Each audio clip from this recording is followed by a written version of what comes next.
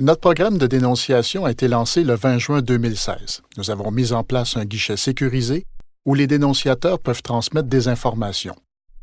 Ces dénonciations sont traitées avec rigueur et de manière confidentielle par une équipe spécialisée.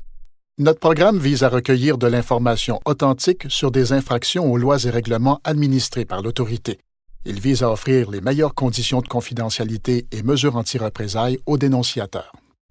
Avant d'aller plus loin, définissons les 2 concepts clés du programme, le dénonciateur et la dénonciation.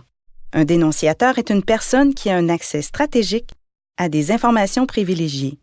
Il peut s'agir d'un employé actuel ou ancien, d'un administrateur, d'un collègue de la personne dont les agissements sont visés, d'un prestataire de service ou d'un proche. Le dénonciateur a besoin qu'on assure la confidentialité de son identité, car il craint d'être l'objet de représailles à la suite de sa dénonciation. C'est donc le lien personnel ou professionnel qui explique le besoin extraordinaire d'assurer la confidentialité de son identité.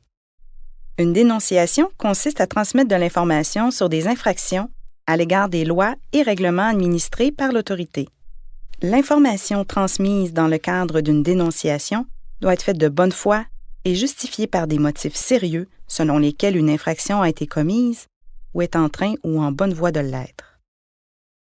Pourquoi avons-nous un programme de dénonciation? Eh bien, les dénonciateurs apportent une contribution précieuse en partageant de l'information à laquelle nos enquêteurs auraient difficilement eu accès. Grâce aux dénonciateurs, les autorités sont en mesure de détecter plus d'infractions, d'intervenir plus tôt et de minimiser les conséquences des infractions sur les victimes. Dans certains cas, l'apport des dénonciateurs contribue même à prévenir des infractions. Pour ce faire, nous offrons des protections afin de minimiser les conséquences de la dénonciation. Nous sommes conscients que le dénonciateur a presque toujours un enjeu professionnel ou personnel qui nécessitera de multiples formes de protection. Voici donc les diverses mesures que nous avons mises en place dans l'objectif de maximiser la protection offerte aux dénonciateurs. Dès la réception des dénonciations, les dénonciateurs soutenus par le programme bénéficient notamment du privilège de l'informateur. À cet égard, les enquêteurs, formés spécifiquement pour répondre aux enjeux auxquels les dénonciateurs font face, déploient tous les efforts requis pour préserver la confidentialité des informations et des documents transmis ainsi que l'identité des dénonciateurs. Compte tenu des conséquences sociales et professionnelles graves que peuvent subir les dénonciateurs et de l'impossibilité ou de la non-pertinence de préserver la confidentialité d'identité du dénonciateur dans certains cas, l'autorité peut faire appel à diverses protections anti-représailles.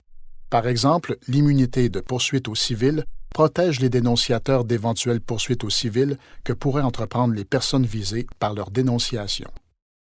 Même si nous les acceptons, nous n'encourageons pas les dénonciations anonymes parce qu'il devient difficile, voire impossible pour les enquêteurs de communiquer avec le dénonciateur si des précisions sont nécessaires à la poursuite de leur enquête.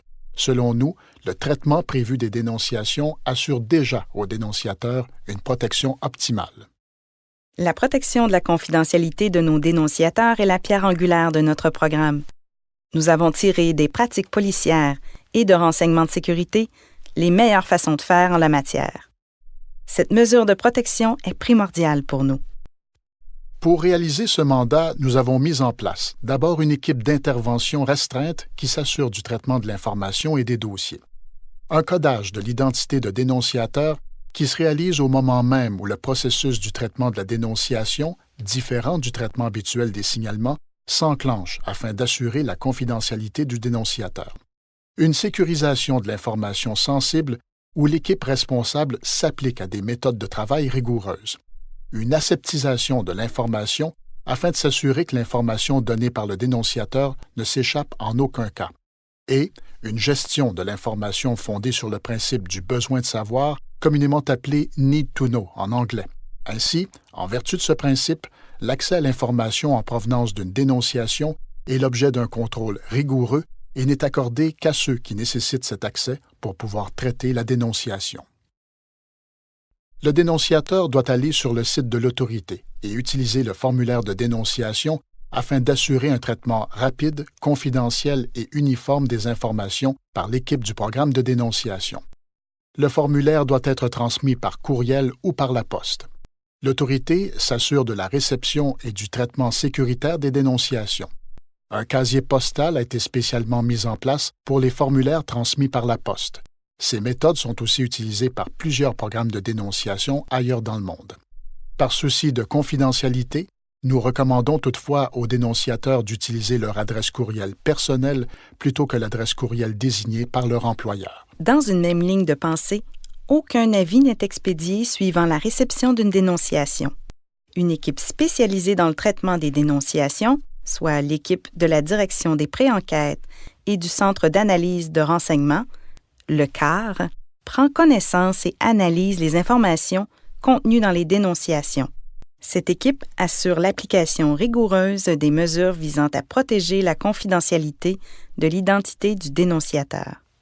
Pour toute question concernant le programme de dénonciation, une ligne téléphonique d'assistance traitée par le CAR a été mise en place. Toutefois, aucun appel ne sera pris en temps réel.